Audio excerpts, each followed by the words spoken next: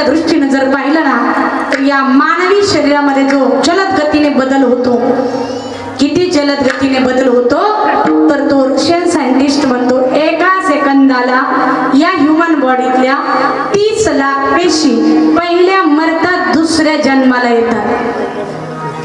किती पेशी पोरांनो बोला, किती पेशी? 30 लाख. आणि किती वेळात? एका सेकंद मध्ये. Only in a second there is reproduction of new cells within 30 lakhs. ही जोक नाहीये, कॉमन गोष्ट नाहीये.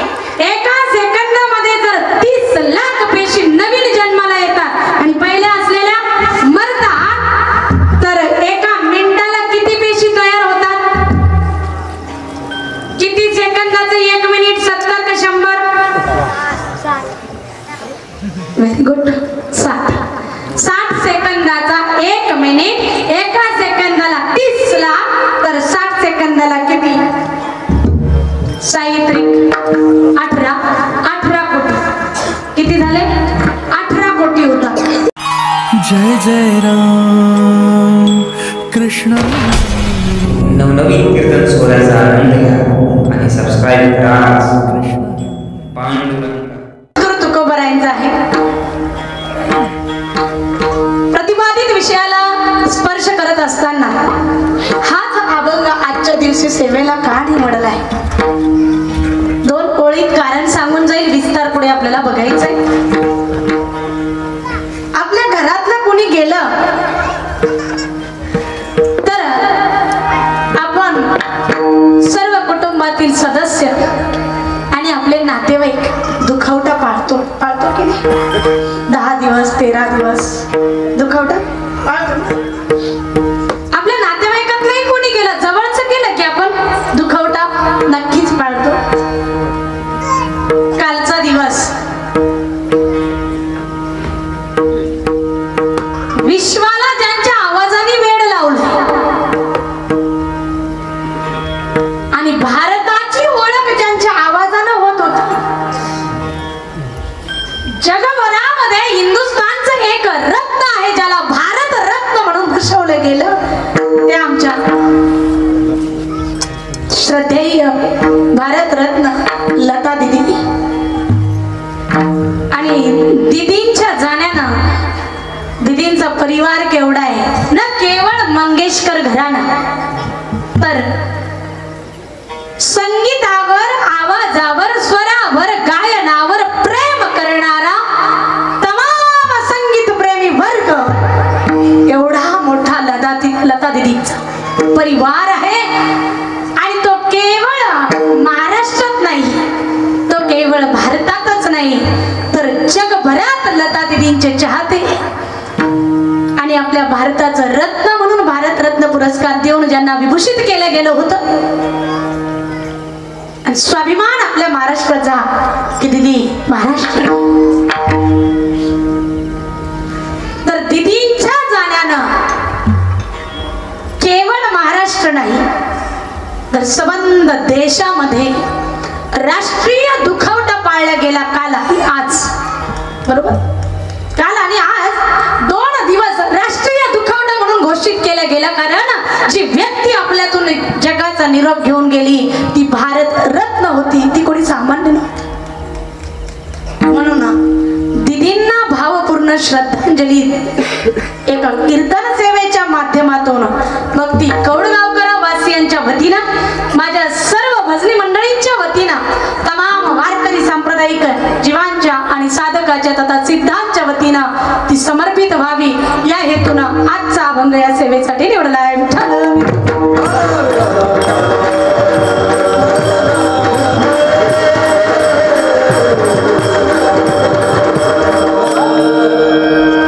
साधीशी गोष्ट आहे, आपल्या सगळ्यांचा अनुभव आहे. जरा कोणी थोडकं मोडकं गायला जरी लागलं ना, गुणगुणायला लागलं, एखाद्याला डिस्टर्ब होऊ लागलं, नाही गायन आवडत आहे किंवा हिरस येते, जलसी होत असेल, तर ते सहज म्हणतात लय आली मोठी लता मंगेशकर गबाईच. म्हणजे सामान्यातल्या सामान्यांना देखील दिदी परिचित होत्या, हे मला यातून सांगायचंय. सर्वांना लता दिदींचा परिचय ऐसा आवाज होणे नाही. आणि म्हणून एक प्रसंगही असा घडलाय इथे. तुम्ही आठवा, परवाचा दिवस वसंत पंचमी होती. परवा वाघदेवतेची पूजा आहे. वसंत पंचमी मा सरस्वतीचं शारदेचं पूजन आहे. आणि षष्टीला जणू काही त्यांच्या कन्येची विदाई आहे. नाही, असं नाही का आपल्याला वाटलं की सरस्वती मैया लता दीदींना घेऊन जाण्यासाठी आल्या. वसंत पंचमी व्हावी, लगेच दीदीने निरोप घ्यावा जगाचा. हे सहजासहजी घडत नाही. आणि सामान्यांसोबतही घडणं इट्स नॉट पॉसिबल, शक्य नाहीये हे. म्हणून हे काही दैवी महात्म्य असतात जे या भूतलावर जन्माला आलेले असतात. दीदींच्या सारखे अन्य ज्या भारत भूमीमध्ये दिव्य रत्न लाभलेले आहे, पण त्यामध्ये छत्रपती शिवाजी महाराज असतील, धर्मवीर संभाजी महाराज असतील, जे आपली आन बाण आणि शान बनलेले आहे आपल्या देशाचा, आपल्या राज्याचा, आपल्या भारत भूमीचा आणि मातीचा तसेच संस्कृतीचा परिचय देणारे प्रत्येक जीव हे आपल्या देशाला लाभलेली रत्नच आहे. विठ्ठल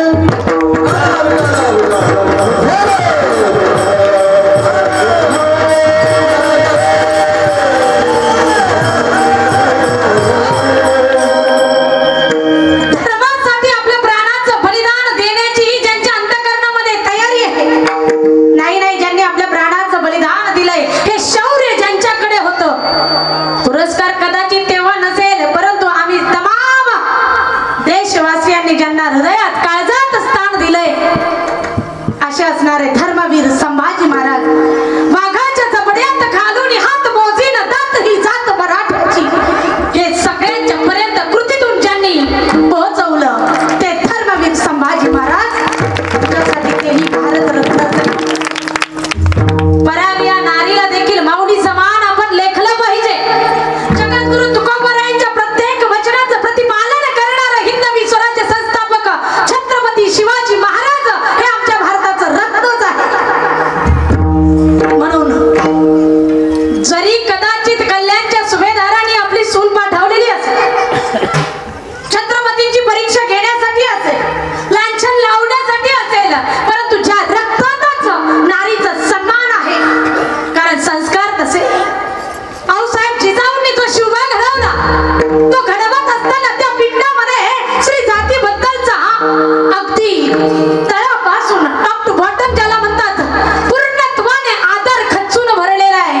ते छत्रपती शिवाजी महाराज आहे. सुभेदाराची सून आली म्हणून काय झालं, उलट चोळी बांगडी कडून बोळवण करून देण्याची ज्यांच्या अंतःकरणात उदारता आहे आणि संयम आहे ते छत्रपती शिवाजी महाराज.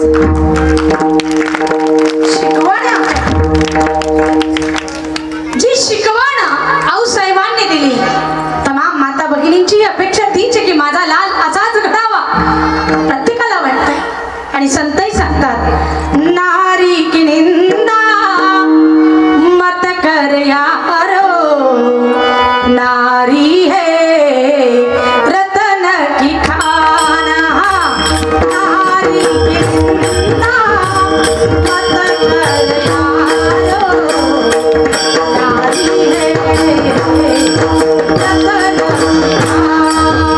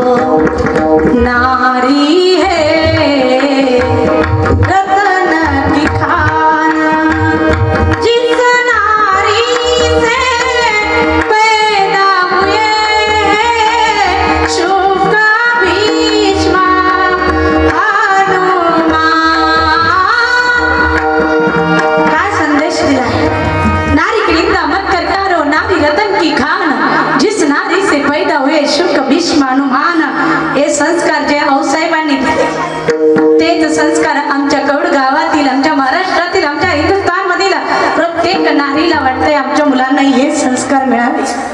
त्यांच्याही नजरेत धर्म पत्नी वाचून समोर येणारी प्रत्येक स्त्री आपली माता आणि भगिनीच वाटली पाहिजे. इतकी स्वच्छ नजर आपल्या मुलांकडे, नवीन पिढीकडे जर आली तर मला वाटतं जी अपेक्षा आहे आऊसाहेबांची, जी अपेक्षा होती छत्रपतींची, तसंच हे हिंदवी स्वराज्य सुराज्य म्हणून राहिल्याशिवाय राहणार नाही.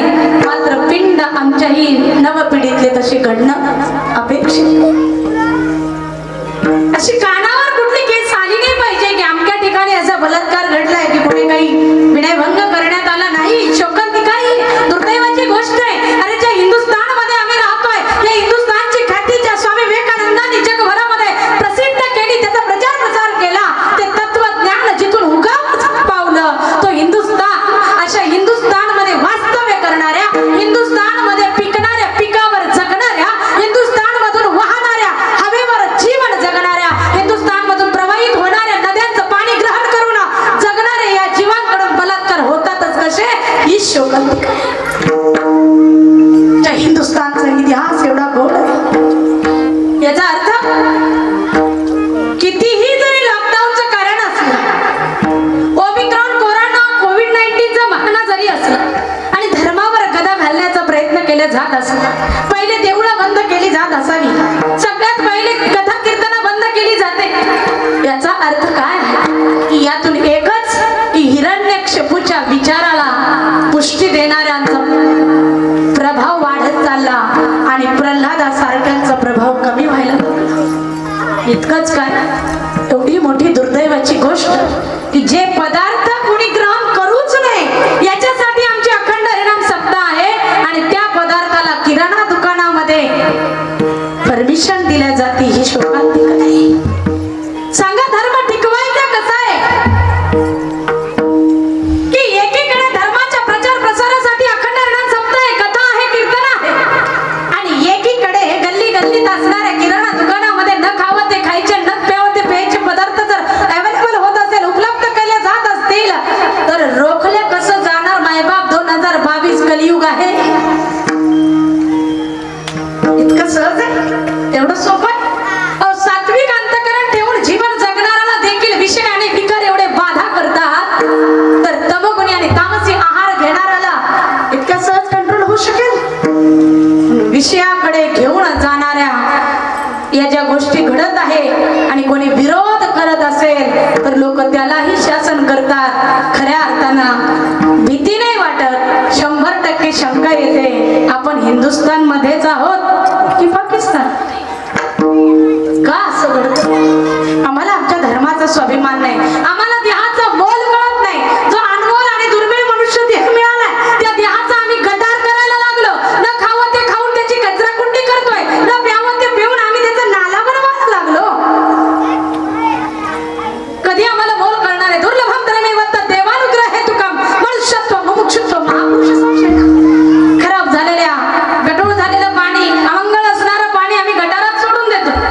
मला सांगा, वाईन असेल, मदिरा असेल, बियर असेल, हे अमृत आहे का?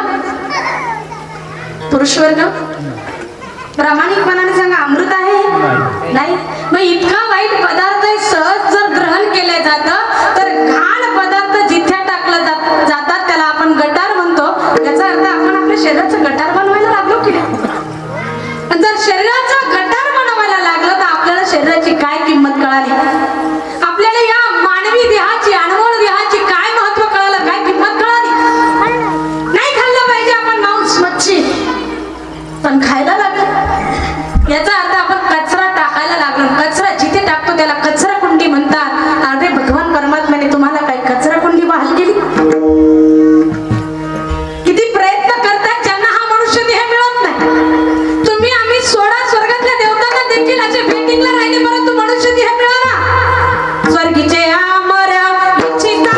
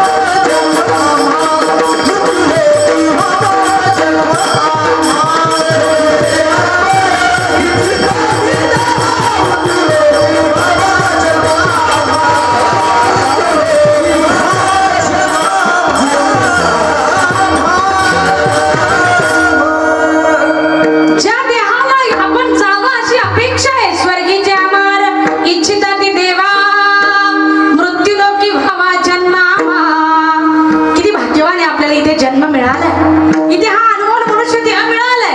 अरे या देहाला आल्यानंतर जगायचं तर छत्रपतींसारखं, जगावं तर संभाजी महाराजांसारखं, जगावं तर झाशीच्या राणीसारखं, जगावं तर अहिल्याबाई होळकरांसारखं, जगावं तर मीराबाई, जनाबाई, बेनाबाई, सखूबाई, बहिणाबाई सारखं, जगावं तर लता दिदींसारखं आणि मरावत पण लता दिदींसारखंच.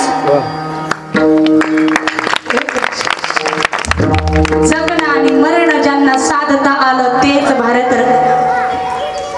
मला म्हणायचंय की भाग्यवान आहोत आपण सर्व जीव की न मिळणारा देह आपल्याला मिळाला.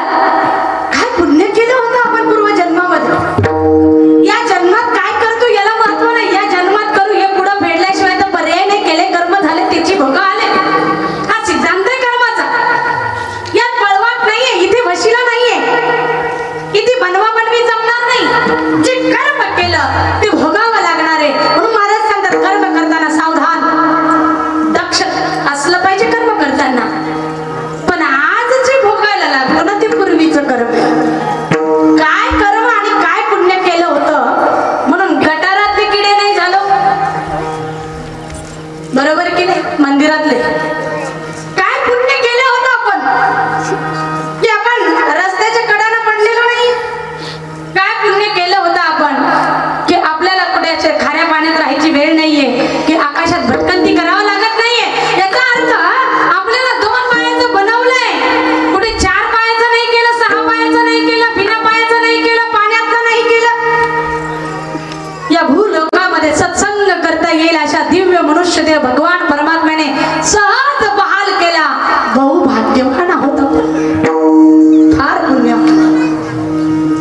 आणि या सद्भाग्याने जर या लोकात आपण आलोय, त्यात नरदेह आपण धारण केलाय, तर अशा वेळेला जर वाम मार्गाला, चुकीच्या मार्गाला, बहिर दिशेला जर आपण जात असू, बहिर्मुख जर आपण झालेलो असेल, तर अशा वेळेला जगद्गुरु तुकोबाराय नेमकं आम्ही काय केलं पाहिजे पहिल्या चरणात सांग.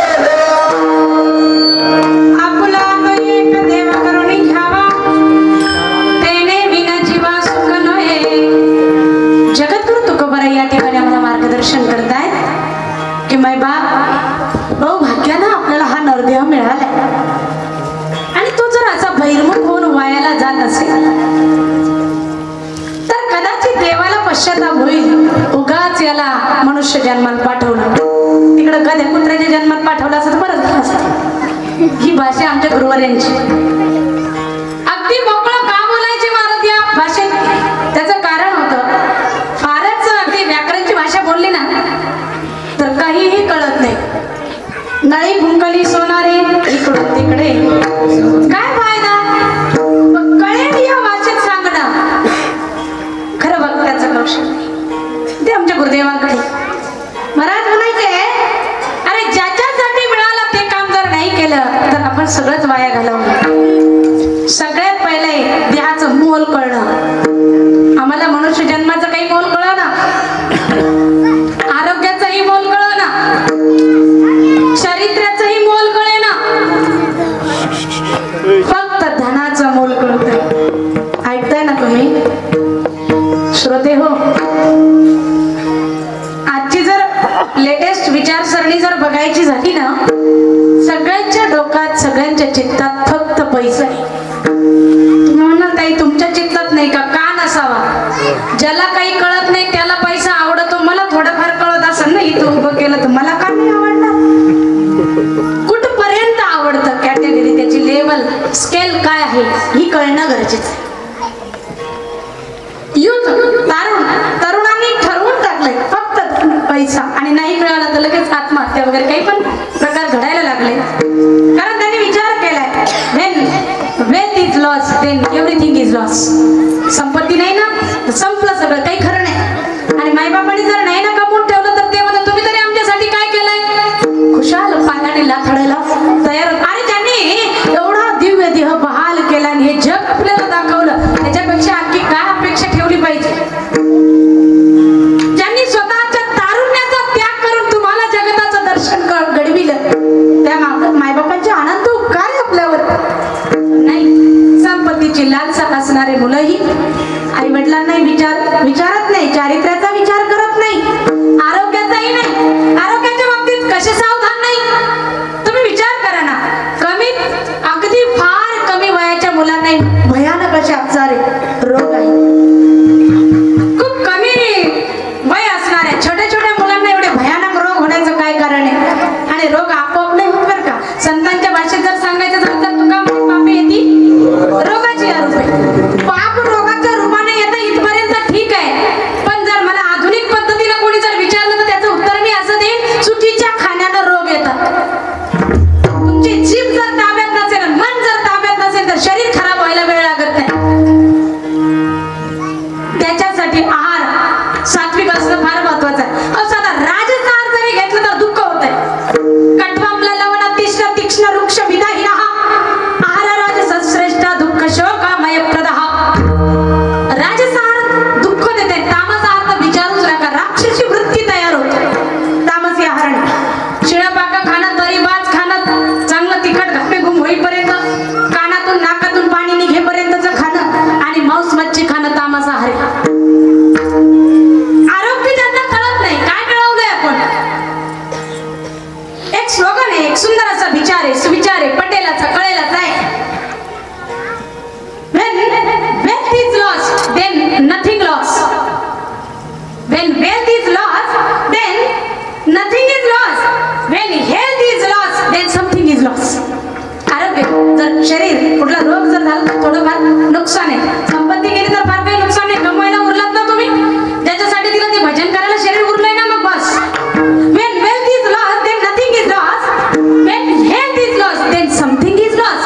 But when character is lost, then everything is lost. चरित्र जर कलंकित झालं ना, संपलं. अर्थानही बिघडलं, थोडंसं नुकसान झालंय, कारण कथेची सामग्री त्या अवसानावरी इथे चित्त लागलं पाहिजे ना. म्हणून आरोग्य महत्वाचं आहे, पण आरोग्य बिघडलं म्हणजे सगळंच बिघडलं असं नाहीये. पण जर चारित्र्य बिघडलं ना, मग मात्र सगळंच.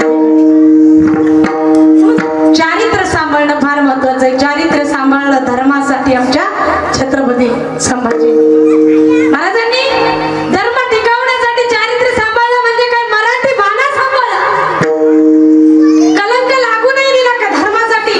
आणि त्याच्या विरोधात गेला, बळी गेला. कित्येक आता पाहायला मिळतात खुर्चीसाठी वसवस करणार.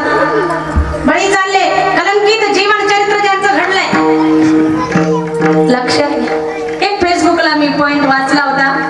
कोणी टाकला काय टाकलं एवढं बारीक नाही ध्यानात, कारण ते काय तुकोबऱ्या ज्ञानोबऱ्या नामदेवराय नाही, ते प्रमाण कोणाचं सांगायला. चांगलं वाटलं, थोडंसं आलं ध्यानात म्हणून सांगते की किडे जे लाकडात असते ना, लाकडाला कुजवणारे किडे, लाकूड कोरतात ना काही किडे, हा काय त्याचं नाव, भुंगा. हे लय सोपं झालं. त्याला अजून एक नाव आहे, देवी भागवतात त्याचं वर्णन आणलंय बघा. तर तो जो किडा आहे ना, तो त्या कुर्सीला कोरून कोरून कोरून कोरून ती कुर्सी खराब करण्याचा प्रयत्न करतो. मग किडा लाकडाला कोरून कोरून तिला कुजवून टाकतो. हे झाला तर त्याचा नैसर्गिक विचार, ते त्याची नैसर्गिक जीवनचर्या आहे. पण असे काही किडे आहे की ते खुर्चीला सोडायलाच तयार नाही. ते कुजून कुजून जायची वेळ आली पण खुर्ची सोडायला, हा देश बरबाद व्हायची वेळ आली पण ते किडे सुधारायला विढाल विढाल.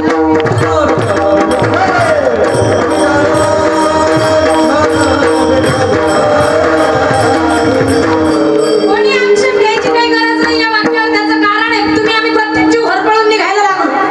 काय सुविधा आपल्याला मिळायला लागली, काय सुरक्षा आपल्याला मिळायला लागली, विचार करा ना कधीतरी. तर जीवनाचं मोल कळणं. मला सांगायचंय की when character is lost then everything is lost. इथपर्यंत आपण जे होतो तर चारित्र्य ही महत्वाचं आहे, आरोग्य ही महत्वाचं आहे आणि धन ही महत्वाचं आहे. पण या सगळ्याच्या अगोदर पहिलं आणि महत्वाचं धन आहे ते परमार्थ. ते धन कोणतं आहे? परमार्थ महाधन. म्हणून सांगितलंय की परमार्थातला परम आहे अर्थ असा ज्याचा तो भगवंत. आणि महाराज म्हटले तुम्ही पहिले काय करा, त्याला आपलासा करून घ्या. आपुला तो एक देव करून घ्यावा. विठ्ठल विठ्ठल.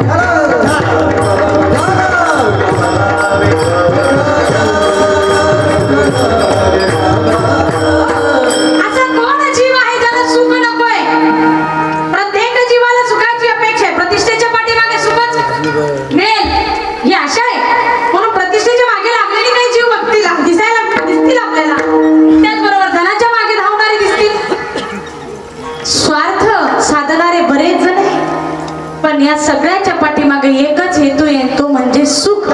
महाराजांनी सांगितलं तेने विन जीवा सुख नोय, कोणे विन देवा विन, मनोनी आपुला तूच करून घ्या. कोण? देव. आपुला तो एक देव करून घ्यावा. आपलं आपण भरपूर केले. आपली बायको करून घेतली, आपले लेकरं करून घेतले, आपले मायबाप आहेतच, आपलं गणगोत करून घेतलंय, आपली एखादे अजून पद मिळवून घेतले, प्रतिष्ठा मिळवून घेतली, धन लुबाडून घेतले, आपलं भरपूर गोळा केलं. पण देवच आपला नाही केला. म्हटले आपल्याकडे जर समजा प्रस्ताव ठेवला ना, आलेच ना जगद्गुरु तुकोबर आहे, आणि महाराज म्हणायला लागले अरे आरोळी दिली महाराजांनी, कुणाला देव पाहिजे का, देव हवाय का? तर त्यावेळेला तुकोबरायांची हाक कानावर आल्याच्या नंतर अहो साधं मार्केट मध्ये नकली तकला तू वस्तू विकायला आले तर हातातलं काम सोडून पळत येणारी लोक तुकोबराय देव घेऊन आले म्हटले हे ऐकायला लागले आणि हातात अजून मागच्या खोलीत जायला लागले. येडा तुके त्याच्या नादी लागून काय फायदा? पण तरी म्हणायला लागले महाराज देव घ्या कुणी, देव घ्या कुणी, आयता आला घरा पुसणी. आणि काही बहादूर म्हटले तुम्हाला लईच कंड आहे देवाचं, तर तुमचं चलू द्या ना. म्हटले पण तुम्ही पण या ना आमच्या, बघा ना जमतंय काय. आणि मला सांगू का एक गंमत, काही जण असं आडवा आणि कडू बोलण्याचा प्रयत्न करतात की हे कणी फक्त पैशासाठी करते, हा यांचा धंदा आहे म्हणते. सरळ आणि जाहीर सांगणे माझं त्या लोकांना ज्यांच्या गळ्यात माळ नाही, कपाळाला चंदन अभिरुखा नाही, परंतु वारकरी दिसले की ज्यांचा जळफळाट होतो ना, त्यांना वाटतं ना यांचा हा लईच धंदा भारी आहे, आमच्या धंद्यात विनामूल्य प्रवेश. वेलकम, या तुम्ही पण येऊ शकता. घाला ना गळ्यात माळ, लावा ना अभिरुख चंदन, घ्या ना हातात विना, म्हणा ना रामकृष्ण हरी. अरे त्याच्यासाठी तर चाललंय हे तर काम केलं नामदेवरायांनी पंजाबच्या घुमान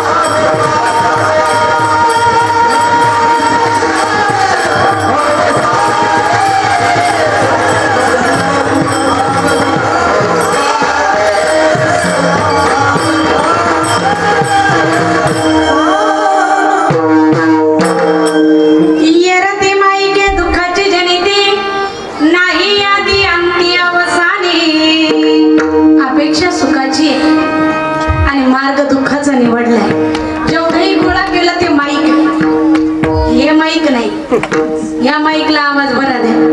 हे माईकच, माईक म्हणजे खोट. खऱ्यानं मनुष्यताईचा आवाज एवढा नाहीच.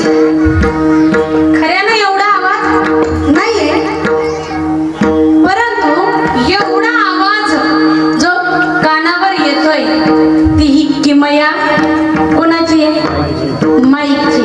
नसलेलं दाखवतो त्याला काय म्हणते? माईकच म्हणतात. शास्त्रीय आहे, सिद्धांत आहे हा. जे नाही ते माईक. चांगलं जर पाहिलं, विचार जर केला, काहींना स्वप्नात मला आमदार झाल्यासारखं वाटतं. कुठं गेले काय? स्वप्नात वाटतं की नाही? स्वप्नात अगदी आता रिझल्ट लागायचा, गुलालाच उधळायचा, तितक्यात जाग आली आणि अंतरणाखाली पडलं. कोण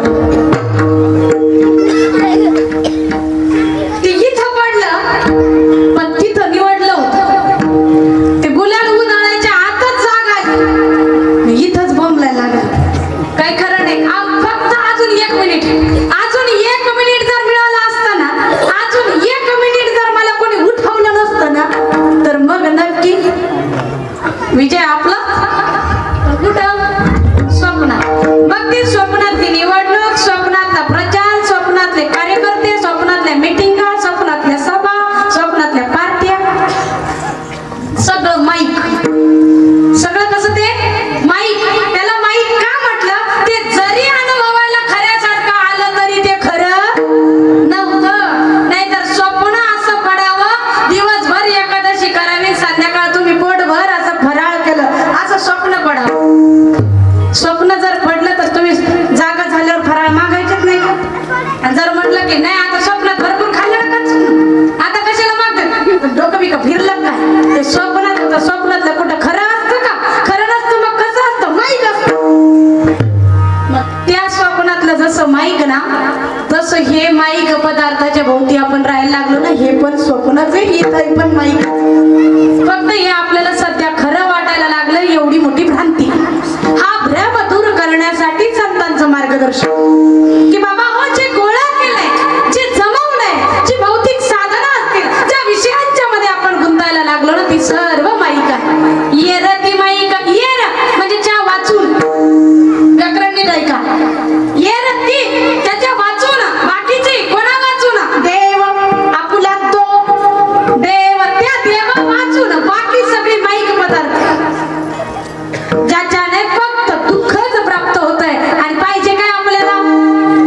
दुःख पाहिजे का सुख? आजी माय गेल्या काय पाहिजे आपल्याला? सुख पाहिजे, बरोबर ना? सुख पाहिजे आणि त्या सुखासाठी दुःख देणारे पदार्थ गोळा करायला लागलो, ही शोक.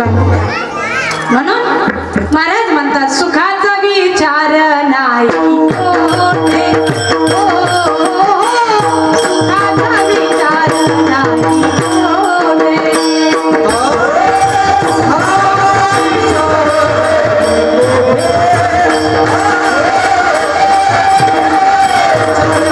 विचार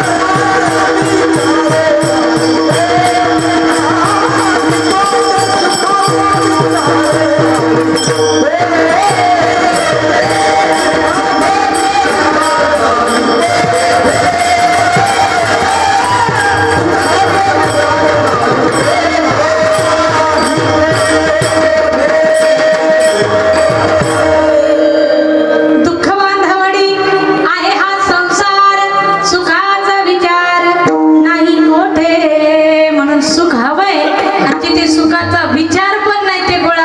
महाराज म्हणते ते दुःखाची जडी, त्याच्याने काय मिळतंय? दुःख मिळतंय. का? ते अगोदर नव्हते, ते पुढे राहणार नाही, आणि ते आताही नाही. नाही आधी, नाही अंती, नाही अवसान. आता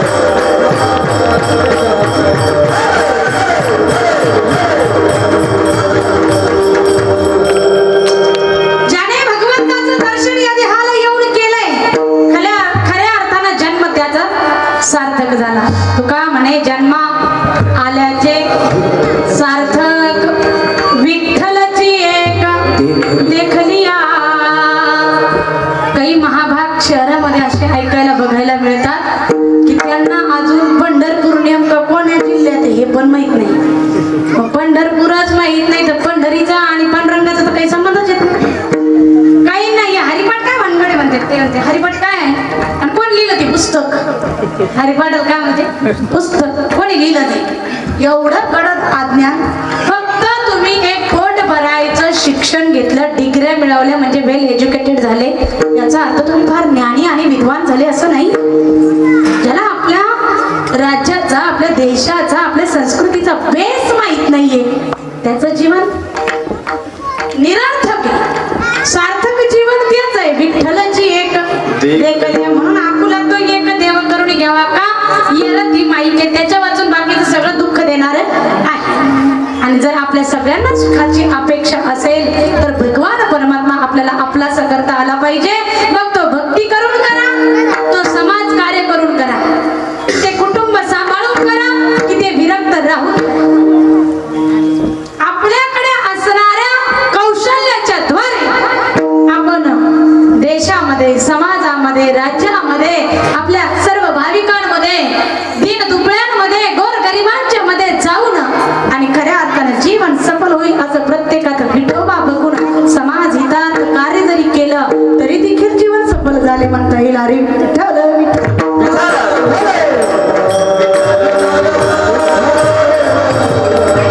अपेक्षा जगद्गुरु तुकोबारायांची. प्रत्येक जीवन सावध करण्यासाठी, उपदेश करण्यासाठी आज महाराज बोलत आहे. एखाद्याने प्रश्न केला की महाराज तुम्ही सांगता ते जर आम्ही ऐकलंय आणि तुमचा देव आम्ही आपलाच करायचं ठरवलं, गेलोय आम्ही शरण, तर काय फायदा होईल? जगद्गुरु तुकोबाराय तिसऱ्या चरणात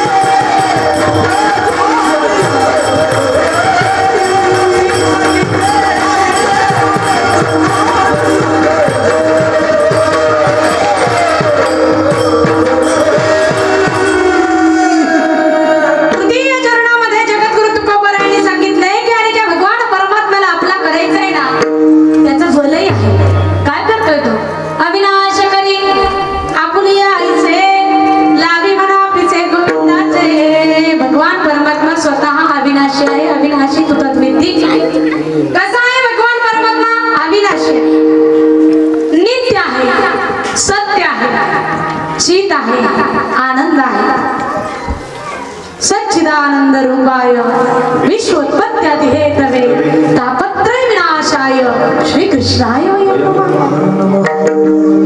असा अविनाशी असणारा भगवान परमात्मा जरा त्याला बघायला गेलात ना, त्याची ओळख जर झाली ना, मग लक्षात येतं की देवा तू आणि मी तर भिन्नच नाही ना. कारण त्याची लक्षणं आपली लक्षणं भिन्न नाहीये, परंतु आपण या कव्हर कडून, या टर्पला कडून, या मॉडेल कडून त्याला बघायला जातो म्हणून शक्य होत नाही. महाराजांनी सांगितले, ताकीद दिली, सूचना केली, न म्हणा दे हम यायचा, मग भरवसा कळेल. की आला मी म्हणून मग निघाले देव पाहायला. गुरुवारांच्या भाषेत सांगायचं झालं तर मरक्या देहाला घेऊन जर तुम्ही पूजा करायला निघाले, भजन करायला निघाले ना, ते वंगळवानं भजन होत असते. या मुडद्याला मी म्हणणं सोडा, मग कळेल तुम्हाला आत असलेला हरी तोच बाहेर हरी, आणि हरी तू भिन्न पण नाही. देव महाबायाचे गेलो तेथे देवची होऊन ठेवलो, या अवस्थेला तू पोहोचल्याशिवाय राहणार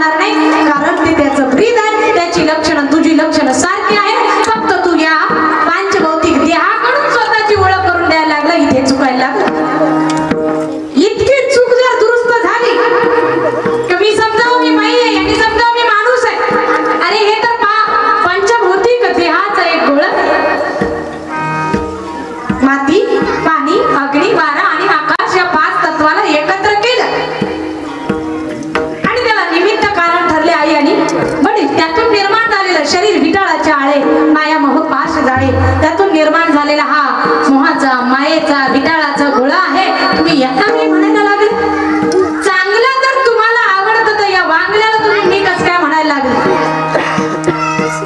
लक्षात आलं का? चांगलं जर तुम्हाला आवडतंय तर वांगल्याला मी का म्हणतात? म्हटले इथलं चांगलं आम्हाला अजून कळलंच नाही म्हणून. मग ह्यात असणारं जे चांगलं आहे ना तो परमात्मा आहे. अजून एक गोष्ट, सतलं सतत आवडतं म्हणून सत आनंद आहे. सदानंद काहींचं नाव असते ना, सदानंद. भले ते नेहमी रडत जरी असते तरी नावाला सदानंद. सदानंद सतत आनंद हे दोन्हीही लक्षणं सच्चिदानंद मय असणाऱ्या परमात्म्याचे, चैतन्यमय परमात्म्याचं लक्षण आहे. आणि सत्य हे परमात्म्याचं लक्षण आहे. सत्य म्हणजे ज्याचा कधीही घात होत नाही, ज्याचा कधी खंडन होत नाही, जे त्रिकालावादी नाही, ज्याचा जन्मही नाही मृत्यूही नाही, ते सत्य आहे, ते नित्य आहे, तेच अविनाशी आहे आणि ते आपलं पण स्वरूप आहे. फक्त आपण जरा अंतर्मुख होऊन स्वतःची ओळख करून घ्यायला तयार होत नाही, बस एवढंच दुर्दैव. आणि ही अपेक्षित आहे संतांना की अरे जरा डोकावून बघा, एकदा देहावरून मी भिन्न आहे, प्राणावरून मी भिन्न आहे, मनावरून मी भिन्न आहे, कळालं तर उरलेलं चैतन्य तूच आहे. आणि याच्यासाठी सत्संग आहे. म्हणून सांगितलंय की तुम्ही जा सद्गुरूंच्या सानिध्यात राहा. संतांच्या सानिध्यात गेल्याशिवाय अविनाशीपणा काय आहे कळणार नाही. हे भगवंतानीच व्यवस्था करून दिली. आणि ते महाराज सांगायचे की अरे तुम्ही देवाकडे गेलात आणि त्याला जर म्हणले ना मला मुक्त कर, तर देव म्हणतो मी रिकामा नाही, तुझ्या काही बांधावरचा गडी नाही तुला मुक्त करायला. अरे संत माझीच रूप आहे ना, आपणची देव होय गुरु, संत माझीच रूप आहे. अरे मी संत रूपाने आलो, तू तिथे येत नाही आणि मी जिथे सत्ता दिशे तिथे येऊन तुम्ही डिवचायला लागले, मी रिकामा आहे का? जा ना संतांच्या सानिध्यात. पण आम्ही जायला तयार नाही, आम्ही आमच्या महिमेत आहे, आम्ही आमच्या भूमिकेत आहे, कधी सावध होणार आहे? आम्हाला आमच्या जीवनाचं मोरच कळेना, सत्संगाचा महिमाच कळेना, मग अविनाशीपणा कधी कळणार आहे?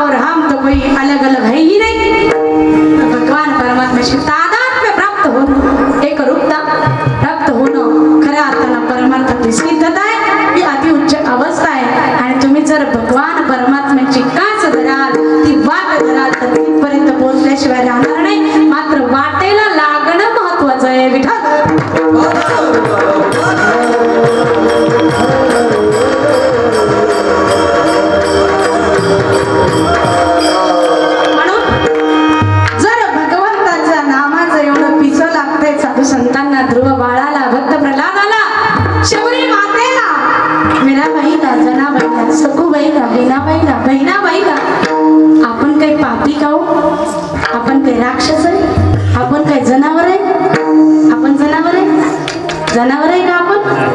जनावर आहे? आपल्याला भजन नाही जमणार, करू नाही शकणार आपण. घ्या हातवर. एक वेळ संप्रदायाच्या नियमाप्रमाणे गायक वादक सोडून उपस्थित सर्व श्रोता सज्जन मोठ्या प्रेमाने भगवंताचं भजन करायचंय. पंढरीला जायचंय. पंढरीला ज्याला ज्याला पांडुरंगाने 2 हात दिले ना त्याने त्याने आपापले 2 हात वर घ्यायचे. मग म्हणायचं नाही मी बाई आहे, मी माणूस आहे, बाई आपल्याला चालतं का नाही चालतं भजन करायला? आपल्याला रिकाम बोलायला चालतं, भजन का नाही चालतं? घ्या हातवर. सरळ स्ट्रेट मंदिरातले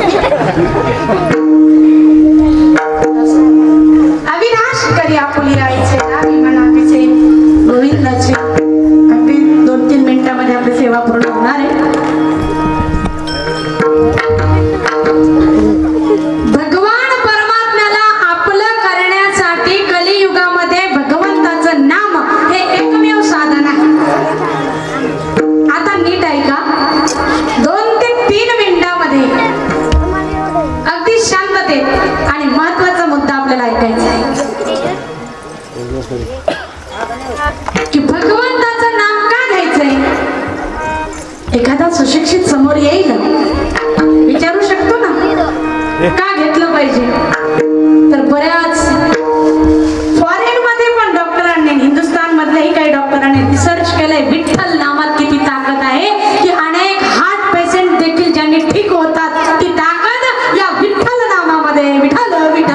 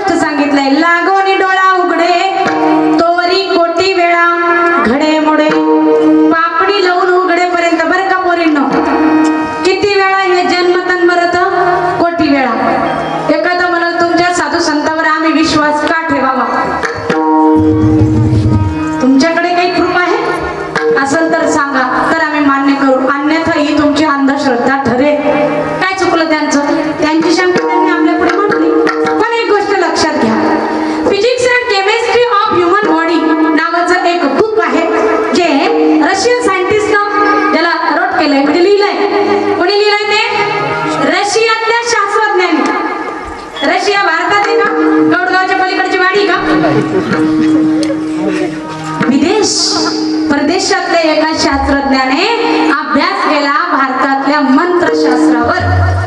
मंत्रशास्त्र कुठलं हिंदुस्थान मधलं आणि अभ्यासक कुठले रशियातले. मग भारतातले झोपले का. भारतातले इथून बसून म्हणते मोदींना हे करायला पाहिजे मला नाही ते करायला पाहिजे. हे उसने तंबाखूला उसना चोळा चोळी काय म्हणते त्याला चुना चोळी. इथं सगळं उसलवारी चालतंय पण गोष्टी बड्या बड्या चालतात. मुमी आयावर बघ दिया जर मंडळी इथं जरा लक्ष घालावं तेवढे 5-10 मिनिट भजन करावं. ते म्हणते भजनाला आमच्या घरचे आहे ना ते त्याच्यावरच सोडेल देव देव करायला. म्हणजे घरातली देवपूजा घरच्यांकडच.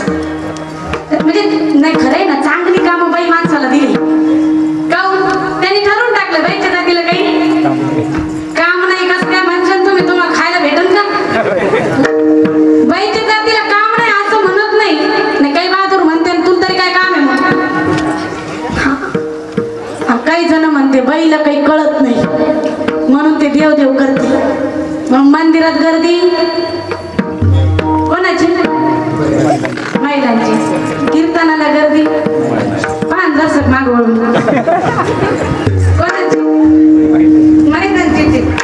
सप्त्यात 7 दिवसात जास्त गर्दी महिलांची. दिंडीला गर्दी महिलांची. कुठं बी चांगल्या कामात गर्दी महिलांची. ढाब्यावर जे इतक्या वेळ म्हणत होते ना बाईला काही कळत नाही बाईच्या जातीला कळत नाही बाईला काही काम नाही हे सारे मेहमान भागे तिकडचे. एक गोष्ट लक्षात घ्या की आमच्याकडे वेळ असताना आळस आणि दुसरी गोष्ट आहे आवड नाही. का नाही त्याचं महत्व कळत नाही. महत्व कळालं तर माणसाला आवड निर्माण होणार नाही का. भजनाचं महत्व कळालं पाहिजे. ऐका आमच्या हिंदुस्थान मधल्या संतांनी सांगितलं नाही कळालं काही महाभागांना. महाराष्ट्रातल्या आमच्या सर्व सिद्ध महात्म्यांनी सांगितलं नाही समजलं आमच्या जनमानसांना. हा रशियन सायंटिस्ट आमच्या मंत्रशास्त्रावर रिसर्च करून एवढं सुंदर विवेचन करतोय पण ते ऐकून जा आपल्या फायद्याचं. का विठ्ठल विठ्ठल भजन करायचं ज्याच्याने देव आपल्याचा करता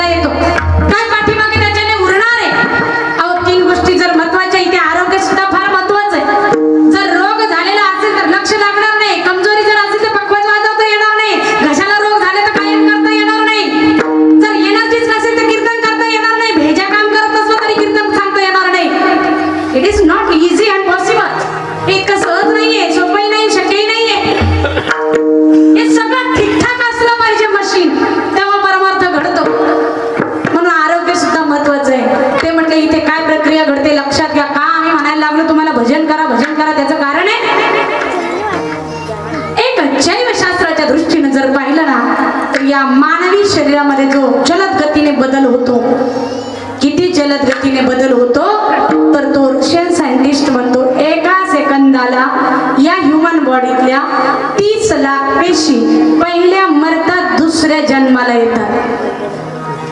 किती पेशी? पोरांनो बोला, किती पेशी? 30 लाख. आणि किती वेळात? एका सेकंद मध्ये. Only in a second there is reproduction of new cells within 30 lakhs. ही जोक नाहीये, कॉमन गोष्ट नाहीये.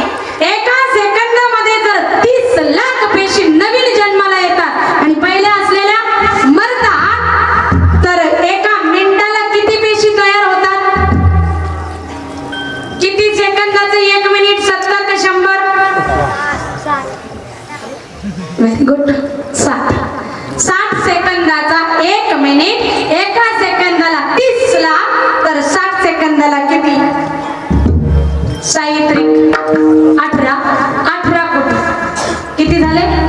18 कोटी होता. 1 कोटी म्हणजे ते 30 जाऊ त्या सेकंदालाच कोटीच्या घरात गेले ते, बरोबर. 3.5 सेकंदात 1 कोटी होऊन गेले.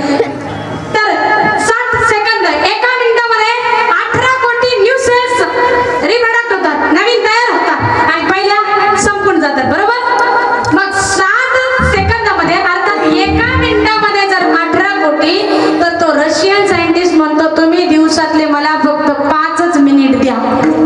मी म्हणणार नाही अखंड हरिनाम सप्ताह, मग काकड्याला पण या, पारायणाला या, गाथा भजनाला या, जीवनचरित्र ऐकायला या, हरिपाठाला या, कीर्तनाला या. नाही, फक्त किती मिनिटं द्या? 5 मिनिट. मग एका मिनिटाला जर 18 कोटी, तर 5 मिनिटाला किती? कोण सांगते पटकन? 18 पंचे 90 कोटी. म्हणजे आमच्या घरात चाल किती?